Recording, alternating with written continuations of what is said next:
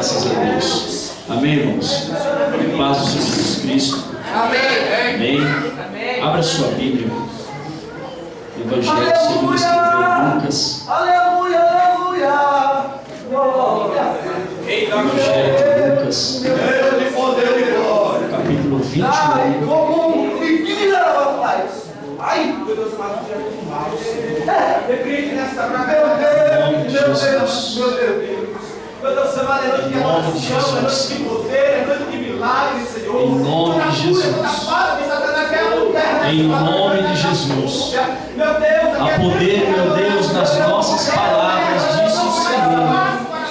Há poder nas nossas mãos, disse o Senhor. Há poder no teu nome, e é o teu nome que nós estamos usando nesta noite, Senhor. É o teu nome, Jesus.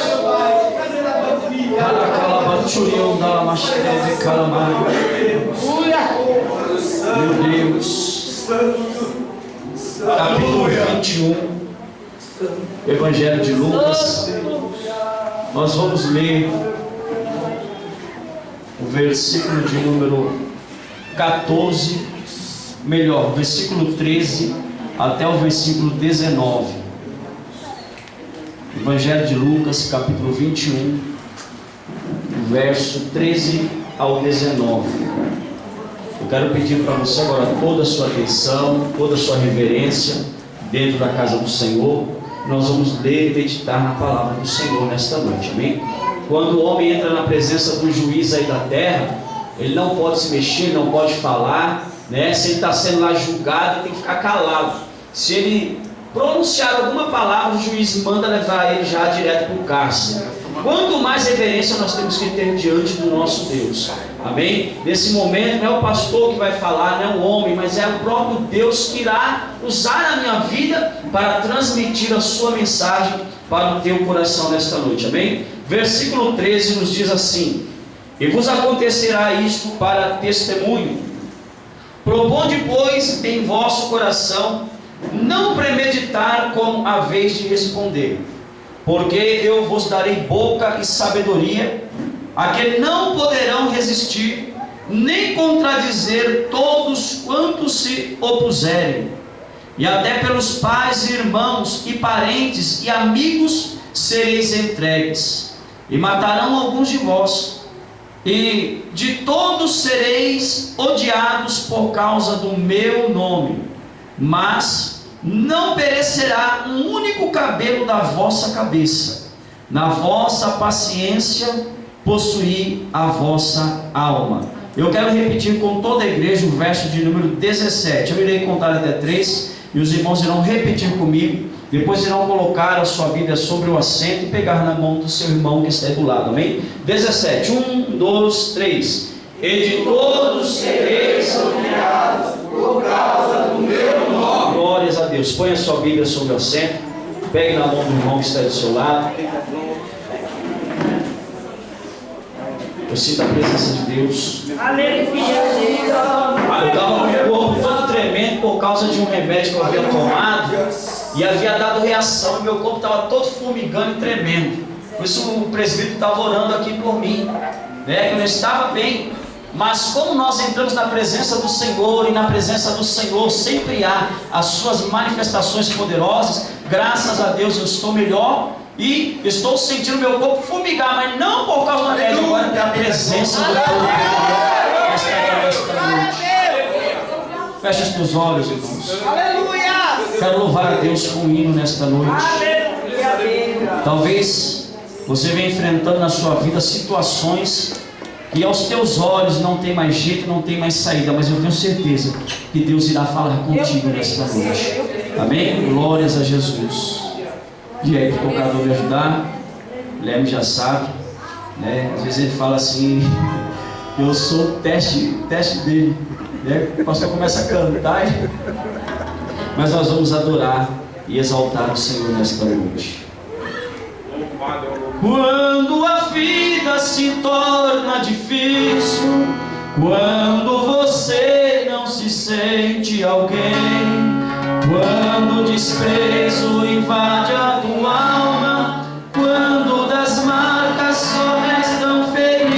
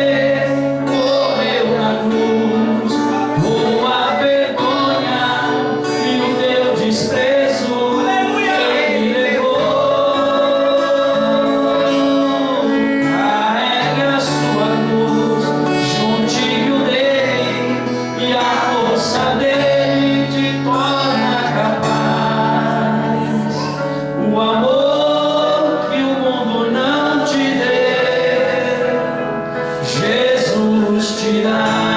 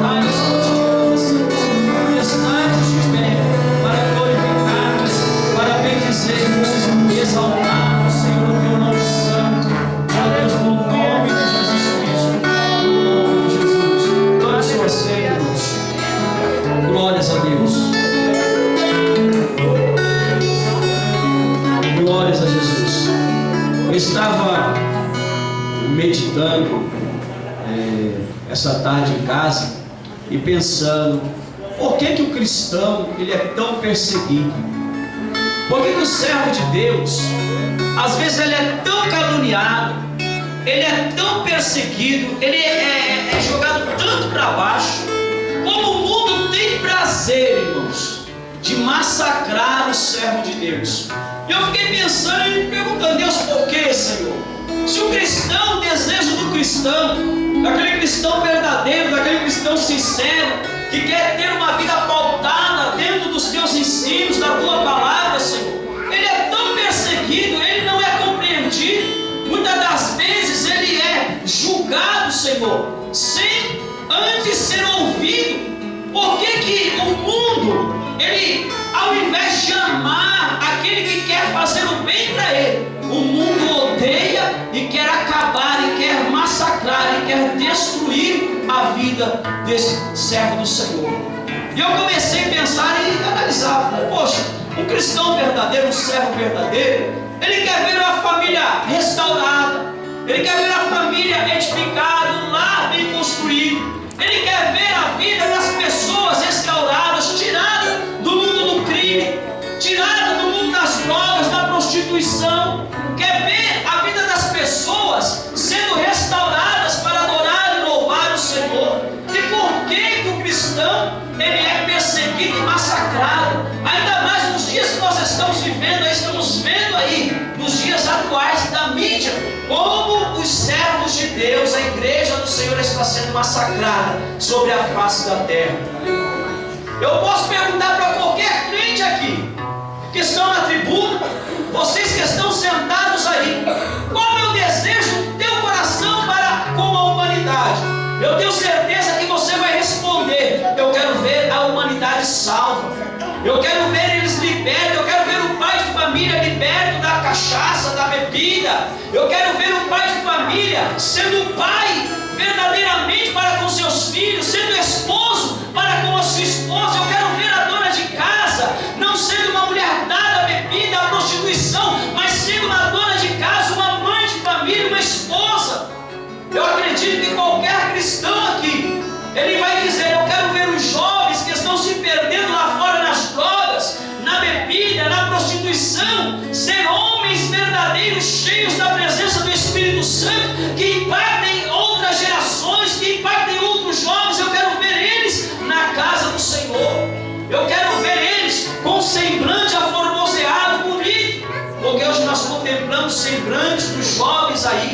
dos pais de família, das donas de casa, que muitas vezes estão lá fora, um semblante deformado, um semblante descaído, que não tem mais prazer de viver em família, não tem mais prazer de viver dentro de casa, não tem mais prazer de viver com seus filhos. Outrora os filhos também já não têm mais prazer de viver com seus pais. E quando um cristão entra numa casa dessa, ele vai levar a palavra de salvação, a palavra que vai mudar a história, que vai mudar a situação daquele lar, daquela família. Mas muitas das vezes esse cristão não é compreendido, ele é massacrado.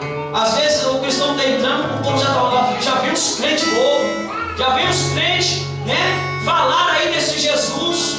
E nós somos perseguidos, irmãos, somos massacrados, somos muitas das vezes aí tratados como lixo da sociedade, tratados como nada. A sociedade dá valor para o que rouba, para o que ensina a matar. A sociedade dá valor para aquele que ensina a se prostituir, como as mídias aí das televisões estão ensinando dentro dessas novelas pornográficas.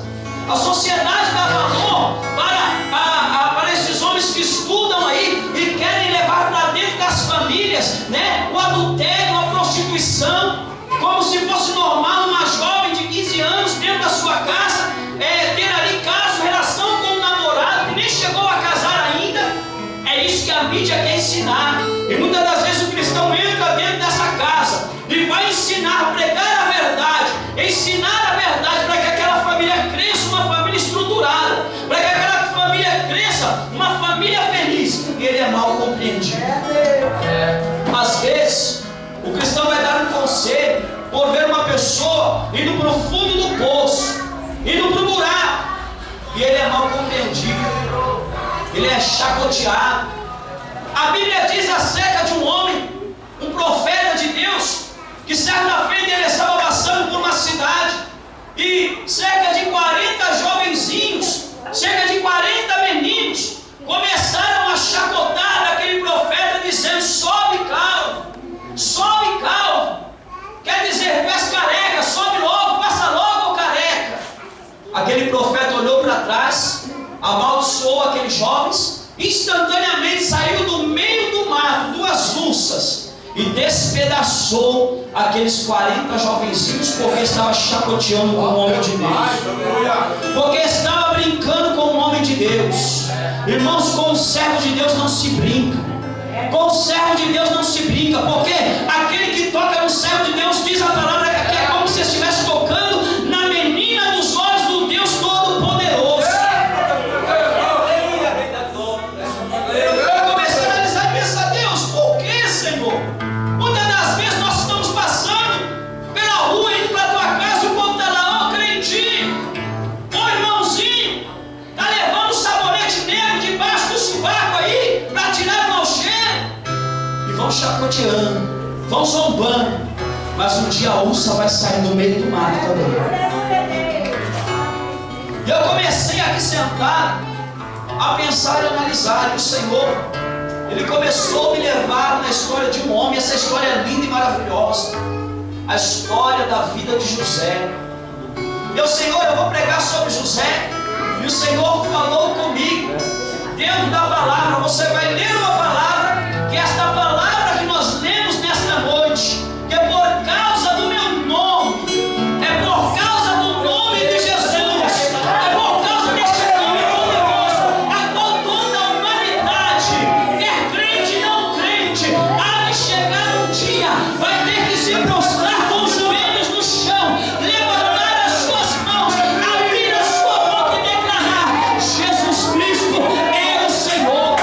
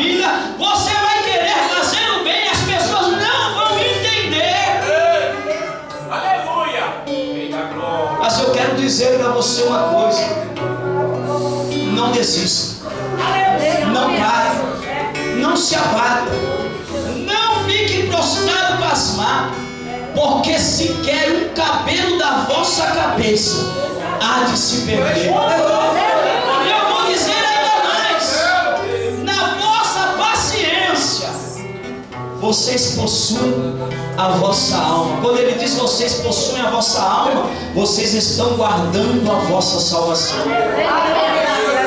Eu comecei a ver a história de José, irmãos.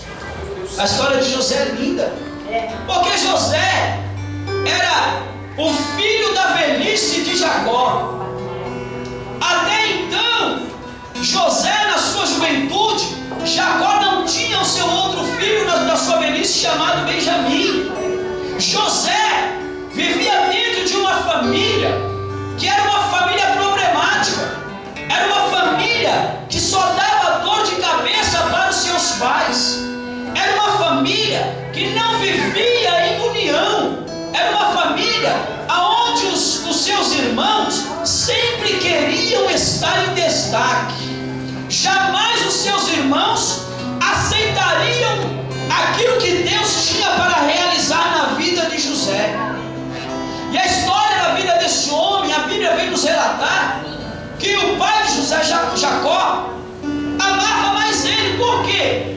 Era o seu filho da velhice, era o seu último filho, era aquele em que ele, na sua idade já avançada, ele olhava para os céus e glorificava a Deus por Deus ter concedido a ele mais um fruto. Então Jacó, diz a palavra, que amava mais aquele menino José. E Jacó, isso já era plano de Deus, porque a Bíblia diz que nada acontece nas nossas vidas se não for permissão de Deus Todo-Poderoso. E digo mais ainda: tudo o que acontece na minha e na sua vida, se eu e você somos fiéis ao Senhor, vai cooperar para o meu e para o teu bem. Jacó amava a José. E os irmãos de José, por ver aquele amor, por ver aquela dedicação do seu pai com o seu filho, mais jovem, mais moço, o invejavam, tinham inveja dele. E queriam de todas as formas acabar e destruir com a vida de José. Certa feita o pai, a mãe, eles estão ali tecendo uma túnica muito bonita, uma túnica que diferenciava José dos seus demais irmãos, e traz aquela túnica para José. Aí os irmãos se enraivecem mais de José, porque o pai havia dado um presente muito bonito e maravilhoso para o seu filho José e não havia entregado para eles. E eles começam a ardilar nos seus corações: nós não podemos viver junto com esse nosso irmão. Nós estamos vendo que papai só está olhando para ele. Papai não olha para a gente, não olha para Judá, que é o primogênito. Papai não olha para Rúben, não olha para Simeão. Os olhos de papai é somente para José. E eles começam a ardilar na sua mente: nós temos que acabar e destruir com José. Os próprios irmãos vivendo em família, dentro de casa. E quantas famílias hoje vivem dessa forma, destruída, acabada, né? O marido não tem prazer de entrar dentro de casa, a esposa não tem prazer de receber o seu marido, os filhos não têm prazer de estar dentro de casa com os pais, e por outrora também muitos pais sentem-se aliviados por não ter os seus filhos dentro de casa, porque querem bem distante, porque são filhos problemáticos. Essa família vivia assim, vivia desse jeito. Era guerra dentro de casa. Mas estava lá, irmãos. José foi crescendo e Deus foi colocando ao coração de José sonhos. E José já era invejado por causa da túnica. Um belo dia José chega para os seus irmãos e diz: olha, eu estava no campo junto com vocês, trabalhando junto com vocês. Nós que moramos dentro da mesma casa, somos irmãos, estávamos no campo trabalhando juntos. De repente eu pegava o meu molho e vocês pegavam de vocês também. E de repente o molho de vocês se prostravam, caíam diante do meu, e o meu estava de pé. E eles começaram a invejar muito mais José, dizendo: alguma coisa vai acontecer. José vai reinar sobre nós. De maneira alguma, de forma alguma, José pode reinar sobre nós, ele pode estar sobre nós. E um belo dia, estava José dormindo, o seu sono bem sossegado, tranquilo. E Deus vem novamente se manifestar a José. E Deus mostra o sol, a lua e 11 estrelas que se prostravam diante dele. E José vai declarar este sonho para o seu pai, para os seus irmãos. E o pai diz: que negócio é esse, José? Eu e a tua mãe viremos a nos prostrar diante de ti, juntamente com os teus irmãos. E os irmãos se enraivecem, ficam rangendo os dentes para acabar com a vida de José. Mas José era diferente. Os irmãos de José descendiam de Jacó, eram da linhagem de Israel, como José, mas não tinham testemunho de ser israelitas, porque eram homens que não davam testemunhos de serem filhos de Jacó, como José dava. Aqueles irmãos de José, diz que quando Jacó chamava José e pedia: José, vai olhar os seus irmãos, José sempre subia para a casa do seu pai e dava má notícia para o seu pai e os seus irmãos. Todas as vezes que José ia falar com Jacó para trazer notícia dos seus irmãos, José vinha com uma notícia que não alegrava o coração de Jacó. Eu não sei, de repente Jacó falava para os seus filhos: olha, vão para determinado lugar, cuidem do nosso rebanho, alimentem, depois venham embora, tragam para casa. E Jacó falava: José, vai lá observar, vê o que os teus irmãos estão fazendo. Quando ele chegava lá, os rebanhos estavam sozinhos, os filhos, talvez se prostituindo em outra cidade com mulheres, talvez ali deixando o rebanho porque alguém pudesse roubar a deriva. E quando José chegava no seu pai: papai, olha, eu fui e não encontrei os meus irmãos no lugar onde o Senhor falou que era para eles estarem. Chegando lá, papai, os rebanhos estavam sozinhos, eu observei, olhei e não vi nada. Os meus irmãos não estavam lá. E um belo dia, ele sai novamente e Jacó fala para ele: meu filho, vai ver os teus irmãos. E ele vai no campo. Quando ele chega no campo onde era para os irmãos estarem, eles não estavam lá. Aí vem um varão e Jacó pergunta, ou melhor, José pergunta: por alguma acaso você viu alguns pastores, alguém por aí? E eles disseram: olha, nós vimos aí uns homens com o rebanho descendo lá para o lado de Dan, estavam indo para lá. E quando José vai se aproximando deles, os irmãos já estavam maquinando e dizendo: olha, nós temos que acabar com a vida de José. Lá vem o sonhador mau, lá vem aquele que quer fazer a diferença, lá vem aquele que quer ser diferente. Ele não é como nós, ele não está no nosso meio, ele não está, como diz lá, ele quer viver o salmo de número 1, não se assentar no meio da roda dos escarnecedores. Ele não quer estar no nosso meio, praticando as mesmas coisas que nós. Ele quer somente estar levando de má fama nossa para o nosso Pai. Nós precisamos fazer alguma coisa. E arquitetaram: vamos matar José. Quando José foi chegando perto, pegaram, amarraram José, jogaram José dentro de um poço. E um dos seus irmãos se levanta, diz: que o sangue de nosso irmão não seja sobre a nossa cabeça. Então pegaram, viram os ismaelitas, tiraram José, venderam José, e José foi levado para o Egito.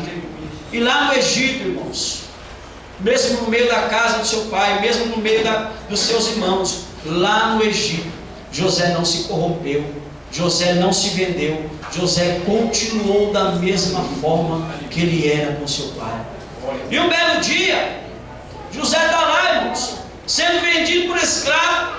Passa um homem por nome Potifar, olha José, compra José, leva José para sua casa. José, por estar na casa de Potifar, a casa de Potifar começa a ser abençoada por causa da presença de José. E onde um crente entra, é abençoado. Onde o servo de Deus entra, é abençoado.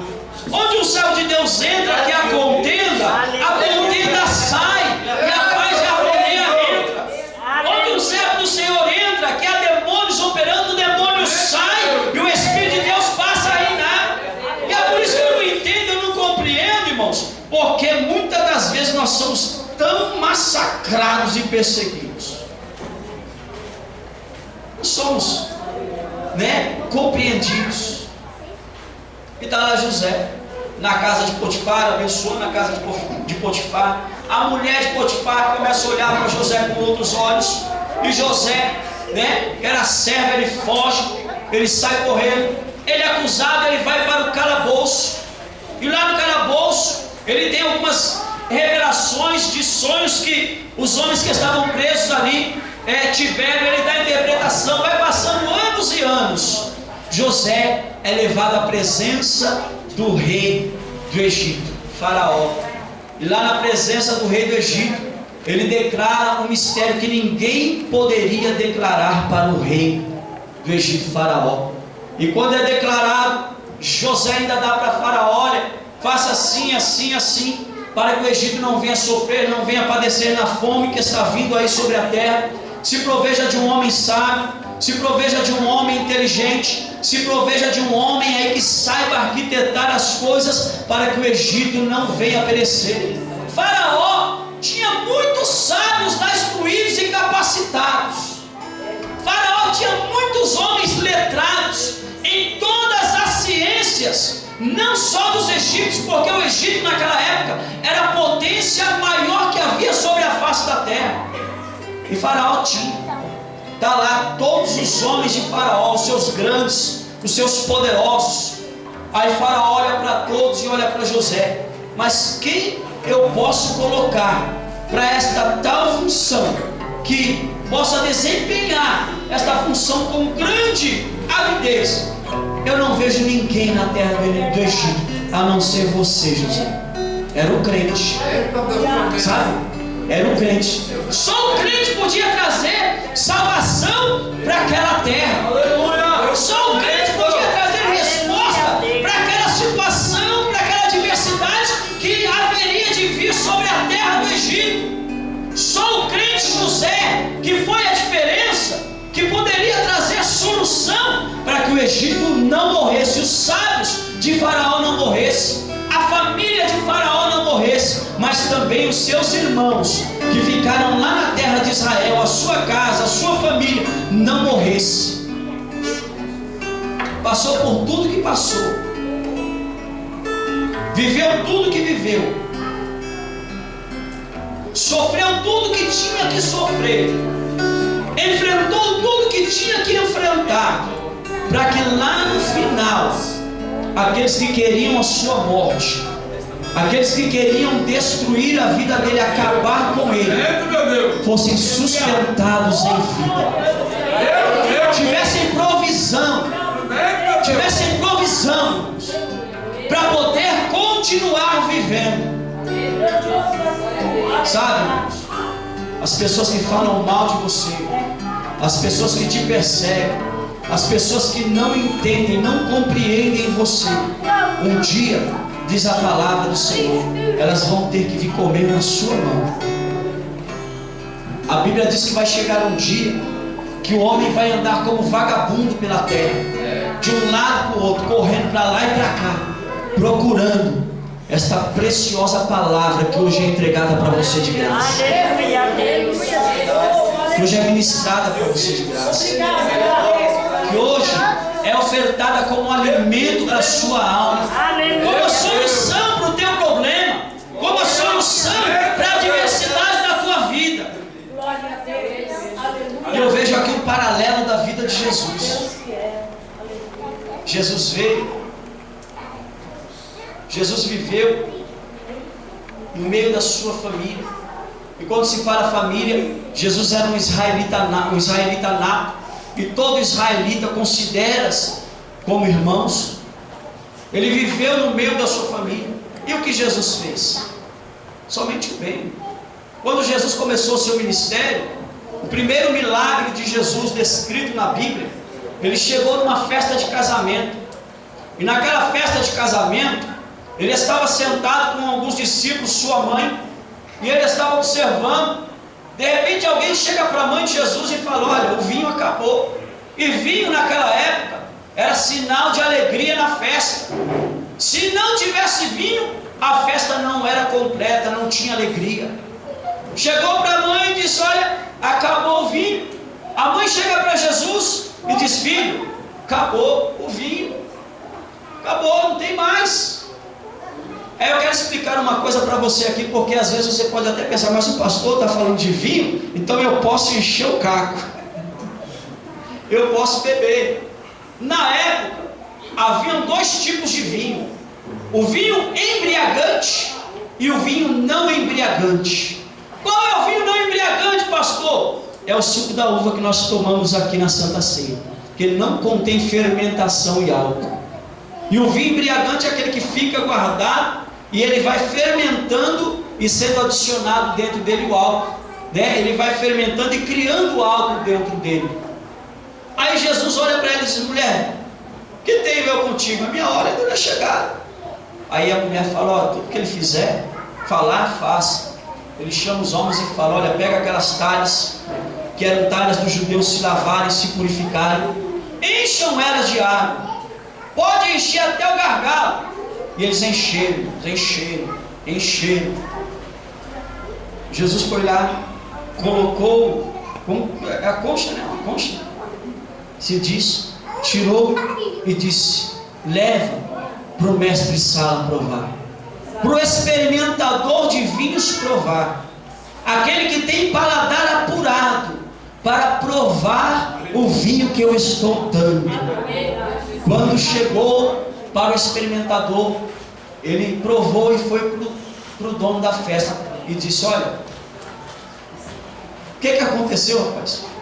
Primeiro, todo homem coloca o bom vinho, e depois, quando os homens já estão meio embriagados com o bom vinho, se coloca o velho, porque eles não vão perceber.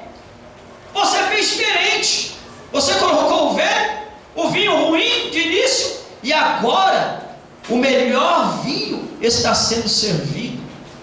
Eu quero dizer uma coisa para você, dentro desta palavra: se você acreditar na palavra do Deus Todo-Poderoso, o vinho vai ser trocado na sua vida. Aleluia. O vinho que acabou, que é motivo de alegria, que é motivo de gozo, ele vai ser trocado na sua vida, na sua família, na sua casa. O vinho novo vai entrar na sua casa. O vinho que Jesus dá, que é o vinho apurado, que nós já experimentamos, que eu já experimentei, que esses irmãos que estão sentados aqui já experimentaram, e que nós queremos ofertar para você que ainda não provou deste vinho. É um vinho especial e bem provado. Aleluia a Deus. Jesus fez o seu primeiro milagre. Depois que iniciou o seu ministério, curou leprosos, ressuscitou mortos. Jesus restaurou famílias, restaurou lares. Jesus multiplicou pães e peixes, alimentando multidão faminta. Fez só o bom, fez só o bem. E quando ele mais precisou, sabe o que ele recebeu em troca? Foi no dia do julgamento dele: solta Barrabás e crucifica esse homem, acaba com a vida dele, porque o bem que ele fez para nós não nos serve. Nós queremos um homem roubador, nós queremos um homem salteador, um homem enganador. Mas este homem que fala a verdade, este homem que mostra o caminho, este homem que abençoa, este homem que nos conduz a uma verdade verdadeira, porque não tem como ser uma verdade se não for verdadeira. Esse homem nós queremos ele morto e dependurado na cruz. E era a pior sentença que um homem poderia receber, a crucificação. Então eu comecei a entender e ver, irmãos, que a história de José é uma história profética da vida de Jesus. Porque quando Jesus fez o bem, ele recebeu o mal. Mas mesmo assim, no final dos seus dias, ao passar 3 dias da sua morte, ele ressuscitou. Ele foi atrás dos seus discípulos, que estavam dentro de uma casa com medo de serem mortos. E ele, quando entrou naquela casa com as portas fechadas, ele disse: paz seja convosco. Se alimentou com eles, deu ali certeza de vida para eles, e disse para eles: olha, agora eu vou para o Pai, mas eu vou destinar vocês como ovelhas em meio ao matador. Assim como eu agi, assim como eu fui, vão fazer com vocês também. Assim como me odiaram por fazer o bem, assim como me pisaram por fazer o bem, vão fazer com vocês também. Mas não se preocupem não, porque nenhum cabelo, nenhum fio, um único fio da vossa cabeça há de perecer. Você pode olhar para mim e falar assim: pastor, tá carequinha, presbítero Ramon, tá carequinha, não sabemos mais nem quantos fios de cabelo tem aqui, mas Jesus tem tudo contadinho. Naquele grande dia ele vai falar: meu filho, até isso eu vou restituir na sua vida, porque você guardou meu nome. Até isso. Mas nós falamos nesta noite dessa palavra, irmãos, porque Jesus quer mudar a sua história, Jesus quer mudar a sua vida. Jesus é a melhor coisa que aconteceu na minha vida. Eu tenho filho, ter filho é bom? É bom. Eu tenho esposa, ter esposa é bom? É bom. Jesus me deu uma filha, é muito bom. Mas nada disso tem o valor que Jesus tem na minha vida. Irmãos, nenhum deles pode dar a salvação que Ele me deu.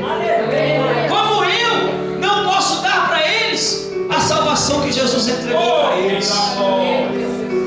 Não foi Guilherme, não foi Leila, não foi Poliana, não foi fulano, não foi ciclano, que um dia levou uma cruz pesada nos seus ombros, chegou num monte chamado Caveira, estendeu as suas mãos, teve as suas mãos pregadas e os seus pés cravados sobre uma cruz, para que hoje eu e você tivesse vida e vida eterna. E tem gente que faz chacota com o nome de Jesus, tem gente que brinca com o nome de Jesus, tem gente que não tem respeito pelo nome de Jesus, tem gente que não tem respeito pela casa do Senhor, pela igreja do Senhor. Irmãos, cuidado, porque a ursa um dia vai sair do mato, e quando essa ursa sair, ela vai acabar, ela vai destruir. Pastor, mas é a ursa literalmente? Não. Há um dia chamado o dia do juízo de Deus, o dia em que o anticristo estará reinando sobre a face da terra, e aqueles que ficar vão ver o quanto é bom zombar de Jesus, o quanto é bom escarnecer de um crente que quer levar a palavra de salvação para você, o quanto é bom olhar para a cara de um crente assim, chacotear ele: irmãozinho. Sabe o que vai acontecer? Vai estar aqui sofrendo, padecendo, e os crentes vão estar sentados na mesa com Abraão, com Isaac, com Jacó, com os santos do passado que já estão com ele no paraíso, e vão ser servidos pelo Mestre. Meu filho, não negaste o meu nome, foste fiel até a morte, se alimenta, banqueteia-se comigo nesta grande ceia que foi preparada para você que venceu. E Jesus é tão bom que Ele dá tempo, Ele dá oportunidade. A Bíblia diz que como foi nos dias de Noé, assim será a vida do Filho do Homem, a vida do Senhor. Nos dias de Noé, sabe o que acontecia? O povo casava-se e dava-se em casamento, casava-se e dava-se em casamento. A terra vivia uma prostituição geral. A terra vivia como se diz, uma insegurança total, um caos total, por causa da insegurança. E nós estamos vivendo dias assim. Estão se matando aí, como a irmã disse aqui. Eu louvo a Deus pelo livramento que Ele deu ao meu filho por causa de um celular, por causa de 50 centavos, por causa de 10 reais. Eu já vi pessoas tirar a vida de outra pessoa. E nós estamos vivendo esses dias. Eu quero dizer uma coisa para você: aproveite entrar na arca enquanto há tempo. Se a tua vida está contrária àquilo que você esperava, se a tua família está contrária àquilo que você esperava, eu lhe convido nesta noite a provar o vinho bom, a provar o vinho novo. que vai trazer alegria. Há tristeza na tua casa? Há tristeza na tua casa? Há tristeza na tua casa? Há tristeza na tua casa? Há na tua casa tristeza? Na tua casa há tristeza, irmão? Há tristeza na tua casa? Tem tristeza na tua casa? Falou que tem de alguns aí, né? Irmãos, nós podemos passar o que for, enfrentar o que for, mas Jesus disse que na nossa casa não haverá tristeza. Aleluia. Porque na nossa casa haverá paz. E aonde há paz, não há tristeza. Jesus disse: no mundo tereis aflições. Nós vamos ter muitas aflições, mas Ele diz: tem de bom ânimo, porque eu venci o mundo. Sabe, às vezes você olha o crente, está enfrentando o que for, mas você olha ele sorrindo, e você entende. O povo não entende porque o crente sorri, porque passa aflição, porque passa luta, maior luta cotidiana na sua vida, mas ele vem para a igreja e está assim. Às vezes o povo olha e fala: mas crente povo só anda sorrindo, não sabe, está passando por uma luta travada, mas está sorrindo. Sabe o que é isso, irmão? É porque o vinho novo está aqui dentro. Aleluia. Se coloque de pé. Obrigada, meu Deus. O vinho novo é melhor. Nós vamos orar a Deus. Nós vamos orar ao Senhor. Depois os irmãos vão estar entregando aí algumas lembrancinhas que ficaram para serem entregues hoje. E também as mamães, nós compramos aí uma lembrancinha para entregar para você que é mãe também, em nome de Jesus. Terça-feira tem ensino, irmãos. Terça-feira culto de ensino. Quarta-feira tem ensaio com todas as irmãs do círculo de oração. Quinta-feira culto de libertação. Sábado agora tem oração das 9 às 10 com os jovens e o culto com os jovens à noite. E o quarto sábado pela manhã, o culto de primícias. Amém? Pegue na mão do irmão que está do seu lado aí. Nós vamos orar a Deus. E se nesta oração você sentir vontade no seu coração de deixar o vinho novo entrar. Pastor, o que é deixar o vinho novo entrar? É deixar Jesus reinar na sua vida. Pastor, como eu deixo Jesus reinar na minha vida? Convidando Ele para entrar. Lá em Apocalipse ele diz: estou à porta e bato. Se alguém ouvir a minha voz e me convidar e abrir a porta, eu vou entrar, vou cear com Ele e Ele vai cear comigo. Pastor, como que é isso? É recebendo Jesus como Senhor da sua vida. Quando nós recebemos Ele como Senhor da vida, Ele entra, o Espírito Santo, que é o vinho novo, entra e muda a história da vida do ser humano. Assim como mudou. Eu era um homem vazio, eu tinha um buraco dentro de mim aqui. Eu andava, bebia, fazia de tudo. Naquele momento era preenchido aquele buraco. Quando saía do meio das amizades, aquele buraco voltava. E eu falava: Deus, eu não entendo o que está acontecendo. Eu sinto esse vazio. Tem gente que sente esse vazio dentro do coração, e está aqui dentro nesta noite. O Senhor quer preencher este vazio. Parecia que podia colocar uma mão aqui dentro assim, ó, que era como aquele buraco, né, que tem aí como se diz aí, no cosmos, aí, buraco negro. Você enfiava a mão lá e pegava nada. Mas quando eu levantei a minha mão e aceitei a Jesus como Senhor da minha vida, aquilo foi preenchido. Eu já tenho paz. Feche os teus olhos. Senhor, meu Deus e meu Pai, em nome de Jesus Cristo, Senhor, nesta noite, ó Deus, eu quero entregar em Tuas mãos, Senhor, a vida do Teu povo, Senhor. Meu Deus, todos quantos, meu Deus, nesta noite adentraram, Senhor amado, por estas portas para ouvir a Tua palavra. Muitos enfrentando, meu Deus amado, perseguição, calúnias, levantes,